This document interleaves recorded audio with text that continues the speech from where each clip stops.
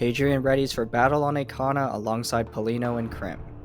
There is a tense anticipation in the air as they fly on the ship Ascalon to take the Yamato Fuel Works, some 3 hours ahead of the main fleet. They are tasked with defending Aana, the capital of Nessus. It is a target of Siriani Dorayeka owing to its key production of antimatter needed to power the Imperial Navy. Because of the substance's volatile nature, Hadrian and his company must reclaim the fuel works by hand and stealth. Hadrian himself has not seen action in the field for nearly a century. After another failed inquisition by the Chantry designed to take him down, he has effectively been serving on exile on Nessus for 70 years. His team makes landfall, encountering only light resistance at first.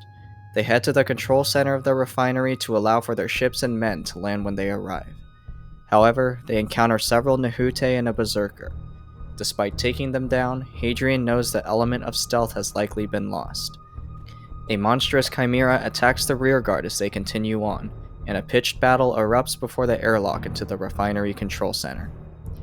Hadrian's company breaks in and seals the doors behind them. He uses the power of the quiet to guide them through a path where the center is shut down safely.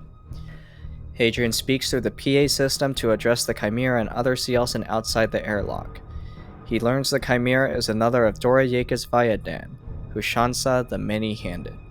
The Cielcin are burning through the doors, and will reach Hadrian's men before the fleet can arrive. To buy more time, he cuts a circle in the floor and his men fall through to the lower levels.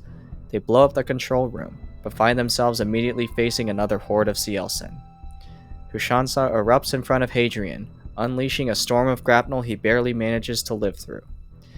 Krim and his men fire countless plasma grenades at the Vayadan, and its armor explodes. It topples to the ground, seemingly dead. The surviving men make it to a tram, with half escaping on the first cart. A chilling scream then reverberates in the tunnel, and inexplicably Hushansa reappears. Hadrian turns and sees another Hushansa crawling towards them, and knows at that moment the true Vayadan is likely somewhere secure, acting instead through its many puppets. One of the bodies attacks Hadrian, and he uses his powers to send it tumbling into the other. He immediately becomes queasy, the cost of his most recent display of power, and he stumbles onto the last tram car. They shoot away, but one of the chimeras begins a terrifying pursuit. It manages to grab the end of the tram car, sending it careening off the track. The survivors climb to the exit above as Hushansa reappears and charges Hadrian, but he cuts it down to the roars of his men. They make it out just as the fleet arrives, and Hadrian is evacuated from the refinery. He returns to Valka in their villa in Nessus, but cannot find peace, for Hadrian is still haunted by his visions from Aana, where he kneels in chains before Dorayeka on an alien world. Valka is somewhat recovered from her battle against the Minos Magos Urbane, but will never be fully the same.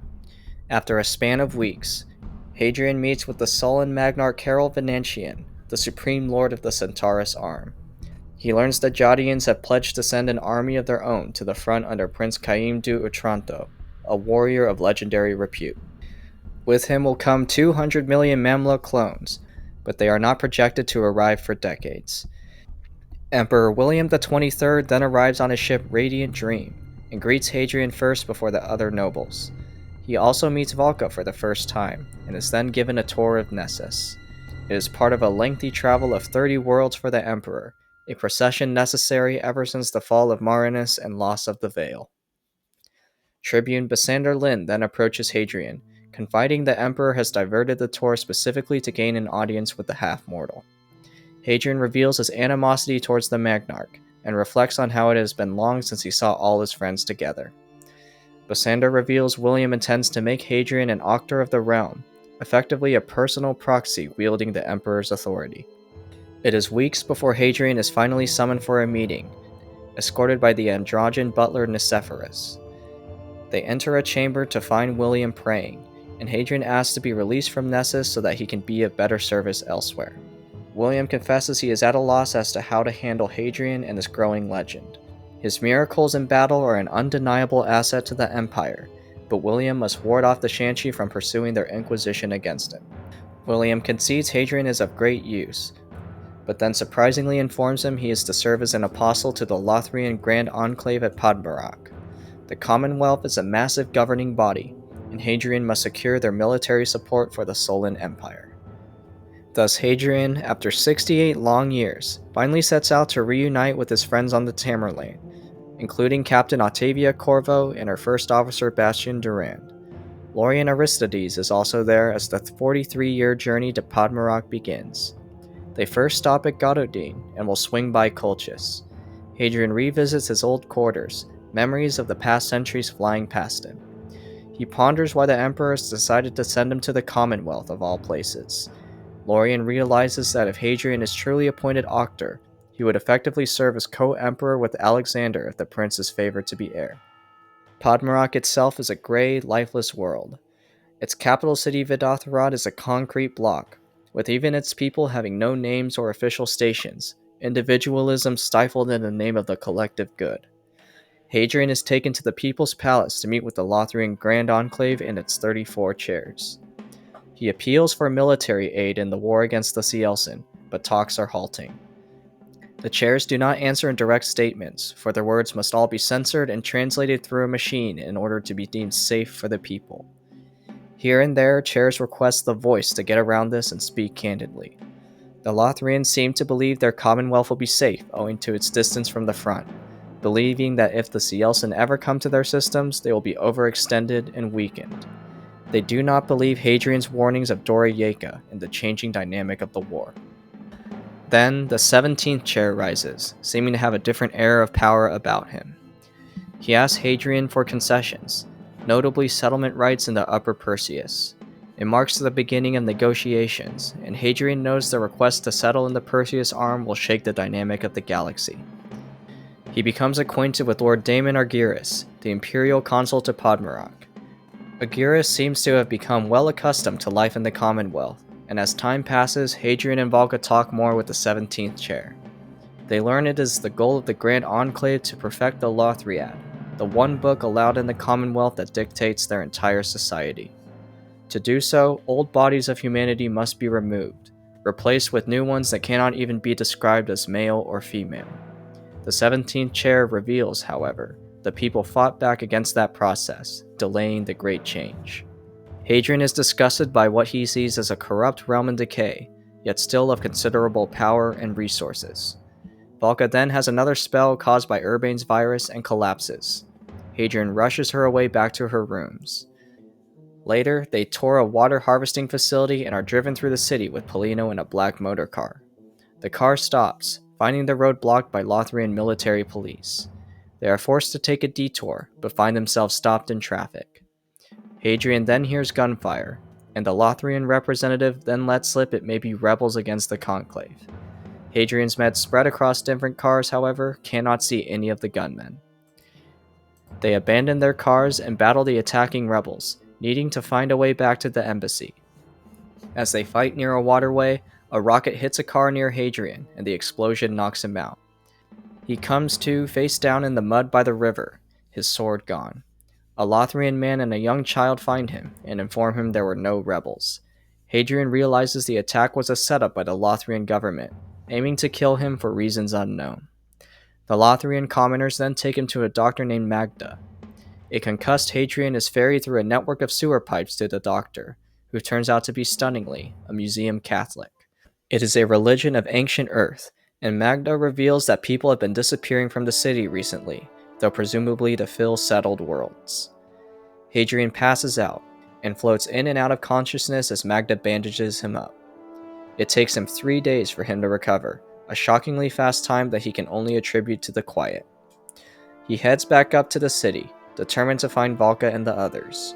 Hadrian narrowly avoids the patrols lurking about and makes it back to the embassy. He learns from Argyrus 6 legionnaires were killed in the attack, but all of his friends are alive. Valka arrives with Krim and Octavia, who have been called down to the surface.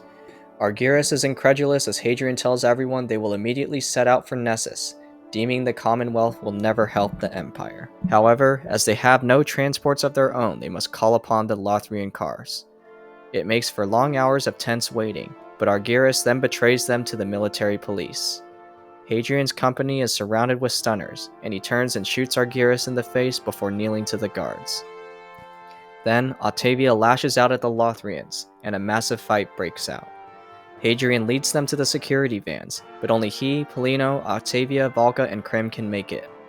They are forced to leave many of their men behind as they race for the shuttle port. Lothrian chariots then peel into the streets in hot pursuit of them. A hail of bullets hits the unprotected vans, and Hadrian decides to climb out and draw their fire.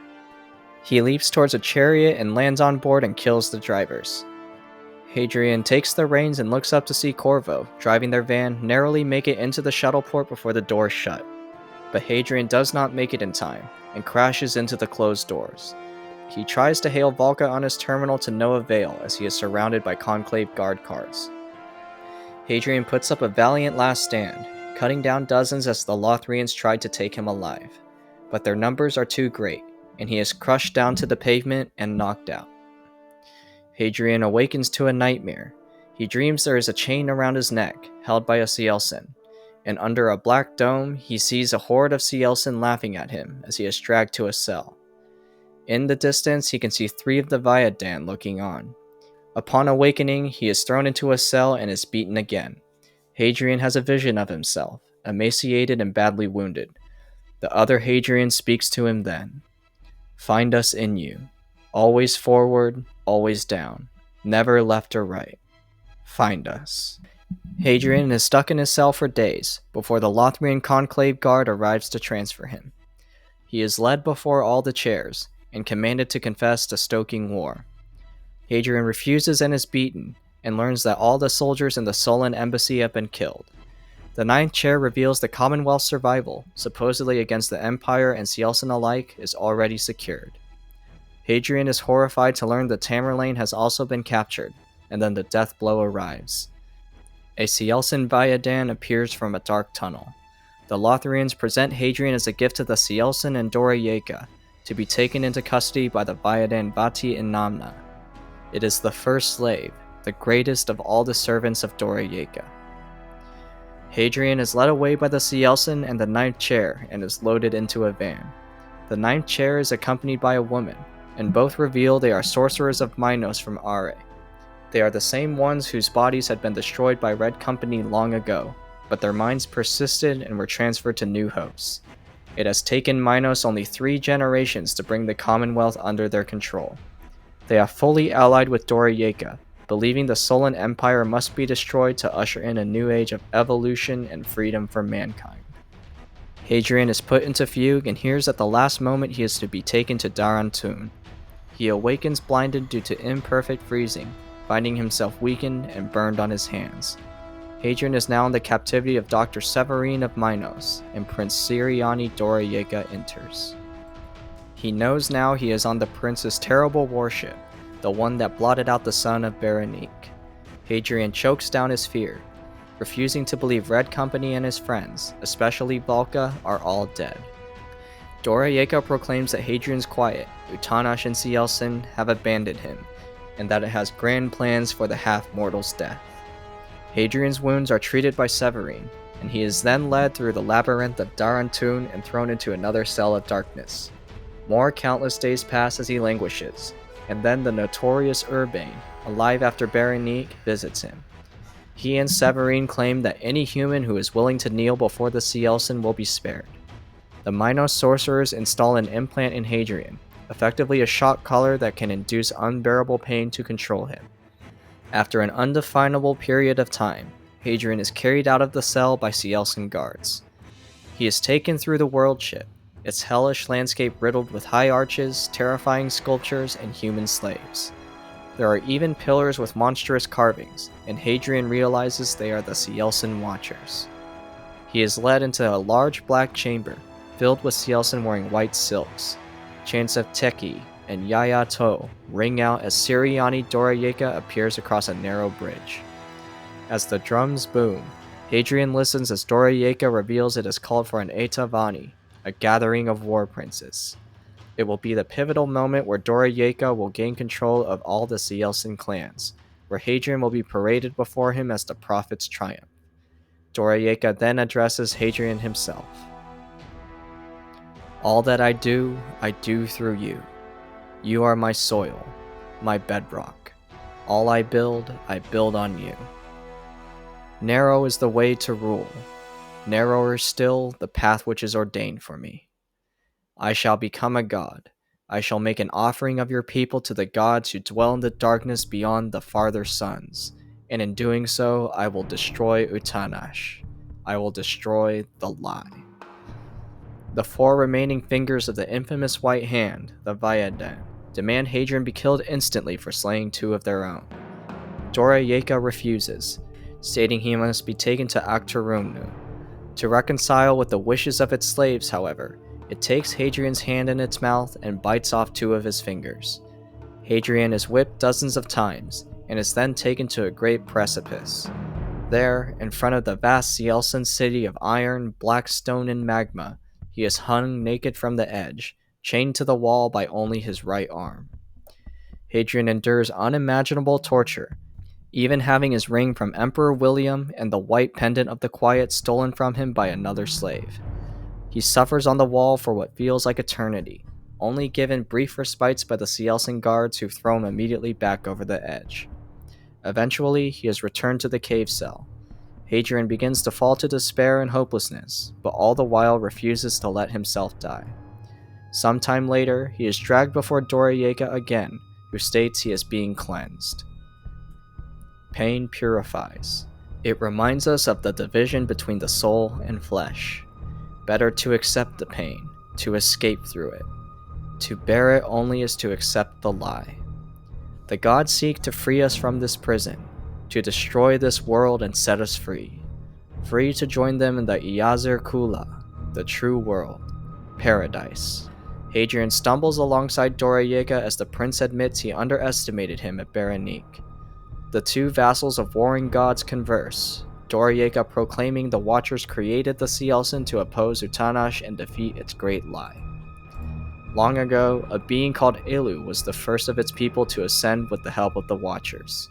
It departed with 12 Eta from its homeworld of Sevatayu, and it is Elu's ascension Dorayeka wishes to replicate. Elu traveled to the world of Yue, the Gift, where its people became the Cielcin, the Godsborn. Dorayeka, confident of Cielcin victory in their holy war, then asks Hadrian where the Emperor is. While he has a rough idea of the systems William may be visiting, Hadrian truly has no idea. Dorayeka strikes him and demands he be taken away. You are, I think, the only other creature in this universe who can understand me. You've seen it, haven't you? My armies marching across the stars, burning your worlds. I've seen it too. The rivers of time. Hadrian barely processes the stunning revelation as he is dragged away. He is thrown into the cave again, and time blurs into fragments as he refuses to tell the Cielcin the Emperor's location. But then Urbane visits with the Pain Caller, and at long last Hadrian breaks. He tells Dorayeka the names of Perfugium, Vanaheim, and Balanrod, betraying his emperor and possibly condemning millions to death. His body continues to waste away in the hells of Daran, and then Severine visits him again. She asks him how he managed to survive Berenice, believing he has some sort of key to immortality she and Minos desire greatly. He refuses to help her and tells Severine of the Quiet. Sometime later, Hadrian is again brought before the sight of Dorayeka. His flayed, ruined body is shown before a massive Cielcin, but Hadrian knows they are slowly healing him so he is able to walk at the triumph. Dorayeka stands before a long stone table and introduces Hadrian as the champion of the lie, the greatest of the warriors belonging to the Quiet. Hadrian copes with the grief he feels for his betrayal of the Empire, and the surprising love he feels for it in that moment. Then, Dorayeka claps its hands, and heavy trays are brought out. Upon them are dead legionnaires, bearing the insignia of Hadrian's Red Company. Tears streaming down his face, Hadrian declares Dorayeka will be no match for the full might of the Imperial fleet. The prince replies by asserting its empire is built on faith, powered by the holy command of the Watchers. Dorayeka gives the command, and the horde of Cielcin fall upon the feast at the table. It then turns to Hadrian and names the 3 worlds of Perfugium, Vanaheim, and Balanrod, but the prince continues, listing off more than 30 planets. It holds up the head of Adric White, the navigator of the Tamerlane. Hadrian was not the only one tortured for information. and in that moment, Hadrian knows for certain the Tamerlane was captured. Cielcin had tormented me, tortured me to separate me from my body, to prove the truth of its philosophy, to prove that this world, the world, was a lie.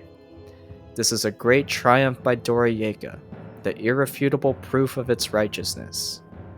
All I did to get that little truth from you. I wanted to see if it was possible. And here the Great One stood, leaned over the banquet table like a white and spreading shadow. You will never be Cielcin, Lord Marlowe. You will never serve truth. And you will die. You, your empire, your god, everything.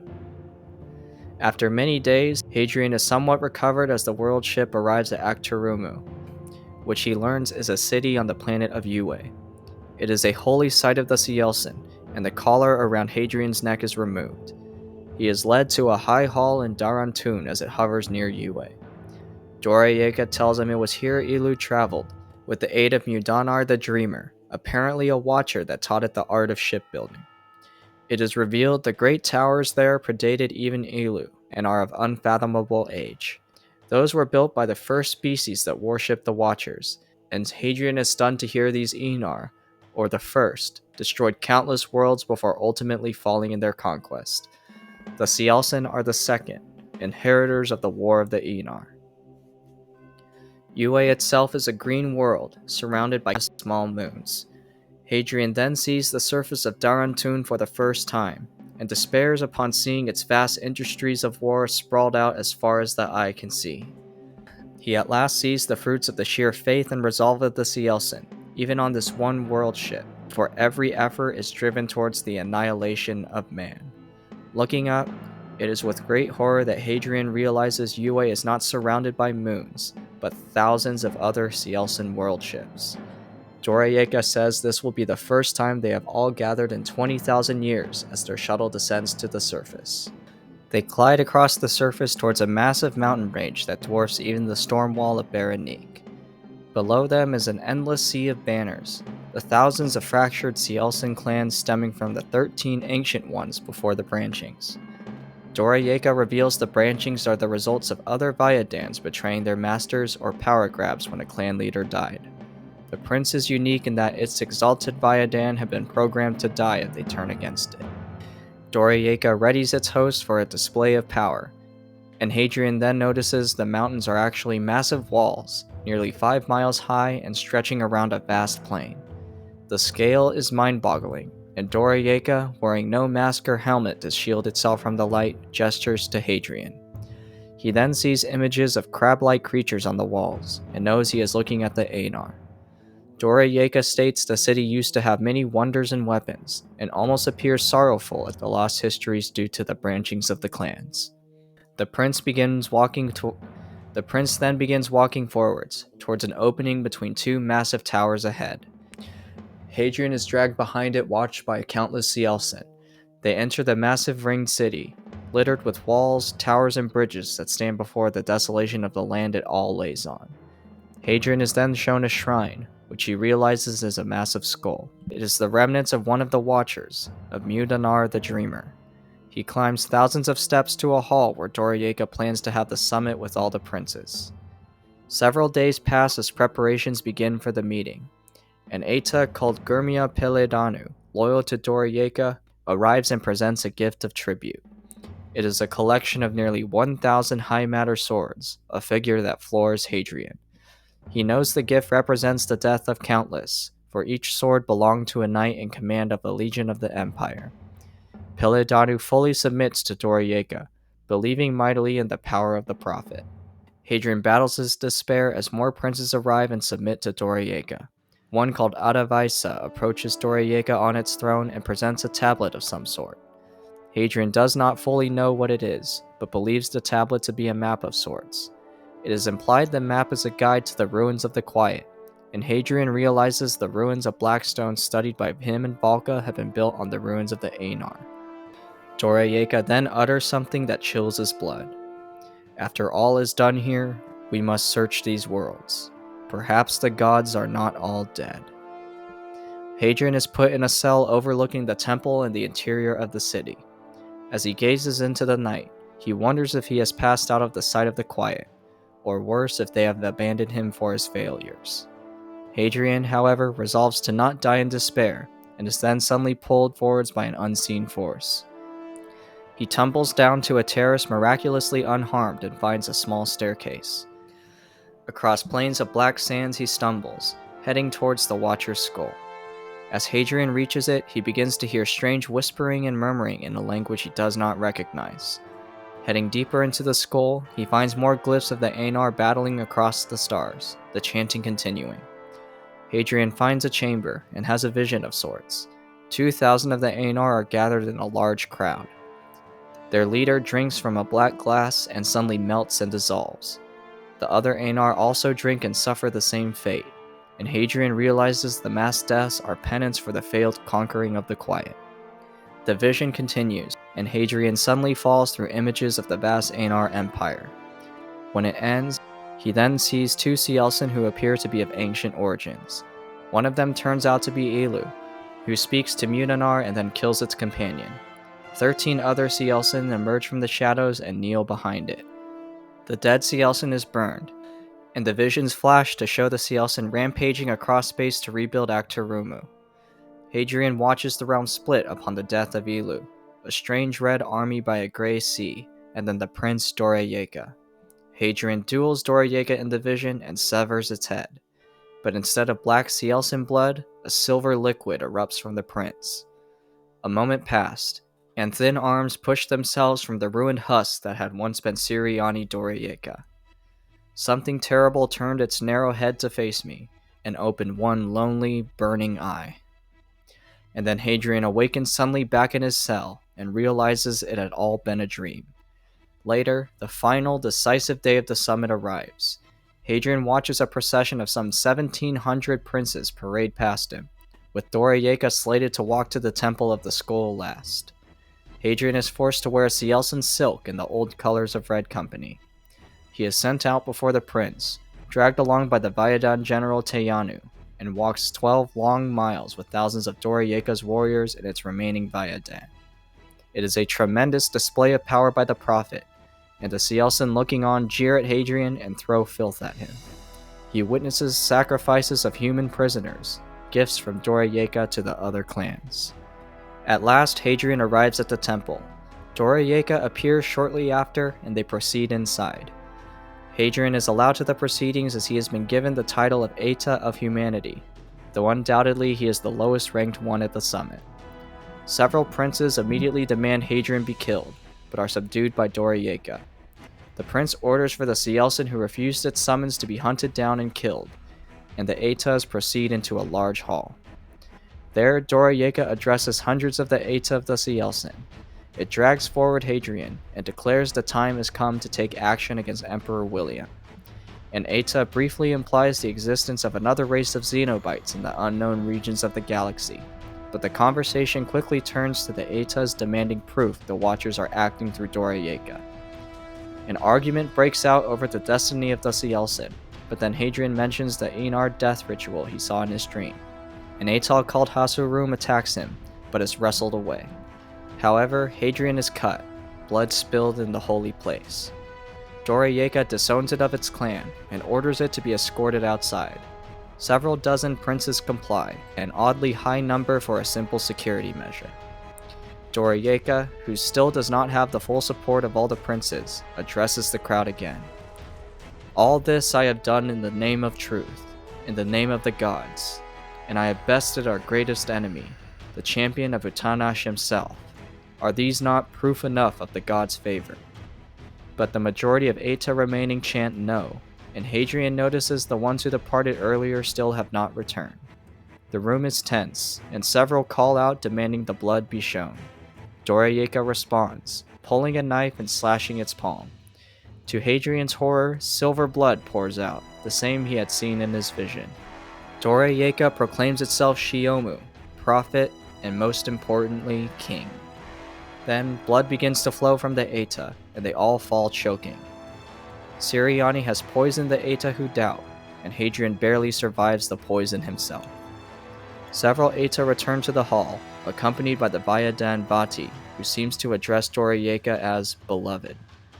Dorayeka turns to Hadrian, asserting his quiet and the flawed universe they created will cease to exist. It proclaims itself Shiomu Elusha, and prepares to address the Cielcin outside.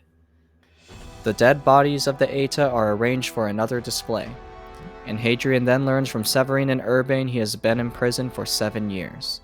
The new High King of the Cielcin addresses the crowd of countless before it, and brings forth the bodies of their Eta. Hadrian is displayed before them, and there at the top step he looks upon billions of the Cielcin. Then Dorayeka gives a signal, and the sun is blocked out. But it is not Daran, but the captured Tamerlane. Hadrian freezes in terror as the massive ship is lowered onto the plain. The Chimeras kill any Cielcin who surge forward to swarm the ship, as an aisle is formed leading from the Tamerlane to the temple where Dorayeka stands.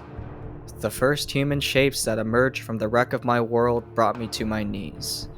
My vision blurred with tears to see the red and black of them, the officers in their undressed blacks and the men in their maroon fatigues. Hadrian is forced to watch as the 90,000 soldiers of Red Company are unloaded. Among them he sees Ilex and Lorian Aristides as the host is herded towards the stairs before the temple. At the front are Ilex and Lorian, and Alara and Torvaro. Valka, Polino, and Octavia are missing, presumably gone after the disaster at Podmarok. Drums begin to sound, and then Dorayeka demands to address the captain of the Tamerlane. When no one responds, it sends out its winged Vayadan Alon, which takes an officer and drops him into the bloodthirsty horde of Cielcin looking on. Bastian Daran then steps forward and is forced up the steps. He kneels before Dorayeka and is ordered to confirm Hadrian's identity. A tear runs down Bastian's face as he learns of Corvo's disappearance and Hadrian's imprisonment. "I thought you were supposed to be the chosen," he said, bitterness flooding his tone. A cry comes out from Red Company as they learn their legendary commander has been tormented to a shell of himself. Dorayeka then steps forward and beheads Bastian with Hadrian's own high matter sword. It commands Red Company to kneel and then turns, and Hadrian is given a terrible choice. He must choose one to save, to return to the Emperor and inform him of the half-mortal's death. Hadrian chooses Lorian as the ranking officer. The Intis is led away, and before he vanishes, Hadrian calls out to his friend, asking him to avenge Red Company. Lorian flies away in a shuttle, and Dorayeka delivers the doom of Red Company. Here Avara offered its life so that Ilu might prove his devotion. As Ilu made sacrifice, so I offer this creature to the gods, and offer these to you, my people. I knew what must come next, had seen it, as I had seen so much of that terrible day, 1,000 times in my dreams. But I was not dreaming. It clapped its hands and said that single terrible word, that final horrible command. Paka. Eat. The hordes of Cielcin are unleashed on Red Company from all sides. Hadrian screams from his vantage point as his loyal men are ripped to shreds and devoured alive. Though lightly armed, they are some 90,000 and will take a long time to all die. Dorayeka turns to Hadrian in its moment of victory, gloating that Utanash has deserted him, and that with his death the Watchers will be freed. But in that moment of dread and despair, Hadrian's powers return. Something had changed in me, brought on by the crisis. I was awake as though for the first time, and clear. Not without pain or grief, but past both. Past everything. I was clean, and clean I saw everything. Dorayeka raises Hadrian's high matter sword, preparing to cut his head off. But then Hadrian hears a voice in his head. Find us in you. And turns and sees a second Hadrian, who wordlessly offers something to him and utters, "Avenge us." Hadrian murmurs, "I will," and the object simply comes into his hands. He ignites his high matter sword, and cuts off his chains while landing a blow to the side of Dorayeka. The Cielcin king is speechless as both warriors face off, each holding the exact same sword. Hadrian can barely stand in his weakened state, but below him defiant cries of half-mortal ring out. He battles Dorieka as Alara calls out for people to rally to the Tamerlane. As the battle rages on, Hadrian suddenly notices something moving within the prophet's skin. Then, the Vayadan Vati slams into him, hurling him into the frantic fight below. The sounds of laughter and fey hooting and of the evil drums filled the circle of Actarumu. Hadrian is pulled to his feet by Alara and Elex as somehow the Tamerlane opens fire. He glances down at his gauntlet and realizes he is being hailed on his comm. Valka's voice greets him, urging him to make it on board the ship. Corvo and Polino are also alive, and Hadrian learns the ship Ascalon is being fired up on the Tamerlane. However, it is the only ship on board that can make the jump to warp, meaning only 100 people maximum can be saved. As a frantic flight back to the Tamerlane begins, Polino appears in a small shuttle to provide covering fire. A desperate crowd surges towards it, and Hadrian is pushed to the front. All the while, the unstoppable tide of Cielcin pushes forwards as Hadrian looks at the silver blood staining his combat suit. With a chill, he realizes that Dorieka may be transforming into the very child of Mudanar the Dreamer. Countless Nahute are then unleashed on the humans, and Krim, piloting the shuttle, yells at Polino they need to leave. Soldiers around Hadrian fall like flies as Polino desperately reaches for Alara to drag her inside. They begin to fly away back to the Tamerlane, but then a Nahute slams into Alara's back. Polino rips it away, but he is too late. The evil drill kills Alara instantly, and to spare room in the shuttle, Polino is forced to let her fall down to the earth. As the shuttle flies on, the Vayadan Alam attacks it. It stabs through the window in the cockpit and seizes Krim by the throat. The assassin draws one of his knives and stabs the Vayadan in the eye, then turns to Hadrian and throws up the sign of the devil. Alam squeezes, and Krim's head bursts from his body. Then the Vayadan explodes, due to charges somehow placed by Krim in the scuffle. The shuttle crashes onto the side of the Tamerlane with Elex in tears, blaming Hadrian out of grief for not being able to save Krim. The survivors race along the side of the ship to find a hatch inside. Hadrian galvanizes a grieving Polino back into action, but it turns out the hatch is jammed. As the soldiers work to open it, a damaged Alam reappears at the head of a contingent of Cielcin. More soldiers around Hadrian fall as he works on the hatch, with Polino holding off the Vayadan at the back. Elex then confronts Alam, firing Krim's gun at it, but the weapon jams and the Vayadan kills Elex when it throws a knife into her eye. It then charges at Hadrian, but Polino tackles it from the side, wrestling a knife through its circuits until its light dies. But the Vayadan is not defeated yet, and swings blindly and strikes Polino, sending him flying. He recovers and grabs onto the Vayadan again, screaming at Hadrian to run. But Alam is too strong.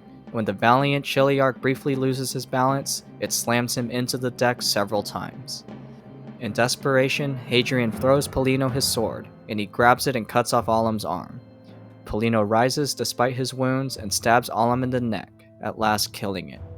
He collapses, countless bones broken in his body. He cannot move, and calmly tells Hadrian to flee, for the Empire cannot afford for him to die. I would have gone with you to the very end, Had. The very end. I'll be seeing Alara sooner than I thought. See Gen, too, and Switch and the rest. I'll tell them Hadrian said hello. You give them hell now. Polino dies in Hadrian's arms, and he then rises and flees into the Tamerlane. They must take off with the Ascalon before the main slaughter outside finishes. Hadrian's high matter sword is dead, and everyone must make the long journey to the hangar where salvation lies. But the Cielcin have by now managed to cut into the Tamerlane, and soon they are running for their lives. Hadrian leads the survivors on a desperate retreat, but they are soon cornered. The floor then caves in, and somehow he falls down several levels and survives. Octavia is still on the bridge, stubbornly firing the guns to keep the main horde away. Hadrian makes it to the Ascalon, just as Valka fires it up. She reveals that Octavia has volunteered to sacrifice herself to stay behind and cover their retreat.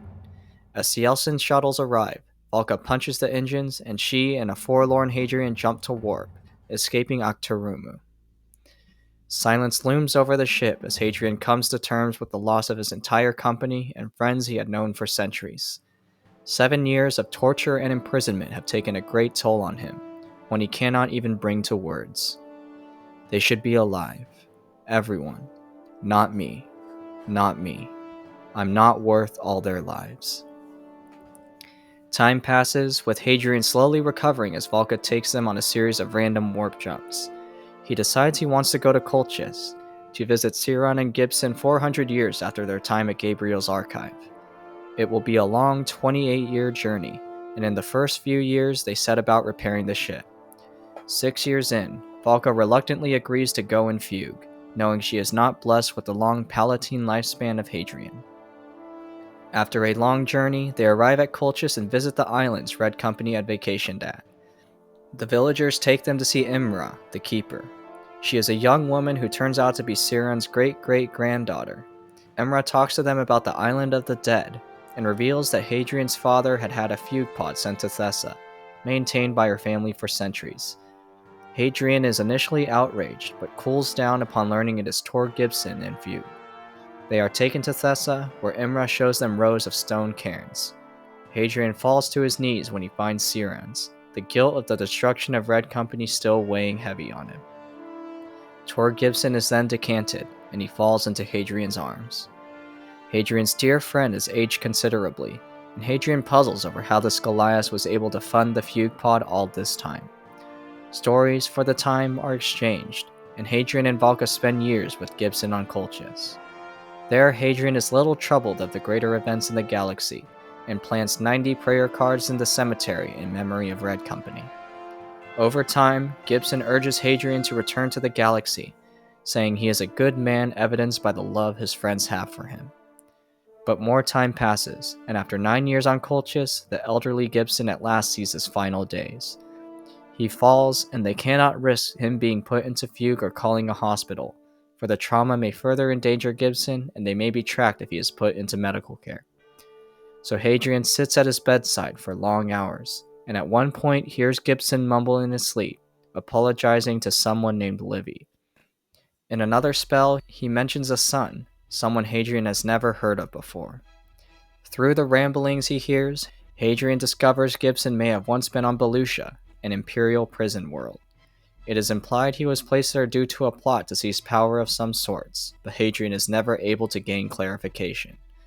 Gibson passes away, and Hadrian sits by him for hours. Eventually, he rises and buries his friend, his tutor, his father, in a stone cairn overlooking the sea. Speaking with Valka, he decides they will head next to the Imperial Library. Hadrian then pulls out his dead High Matter sword, the gift from Aloran. The ruined sword hilt weighed heavy in my hands, its cracked reservoir empty, its fittings tarnished and broken. How much heavier than a feather was its weight? How many souls hung in its balance? Turning, I hurled the ruined weapon out into the sea. I did not see where it landed, nor did I hear a splash.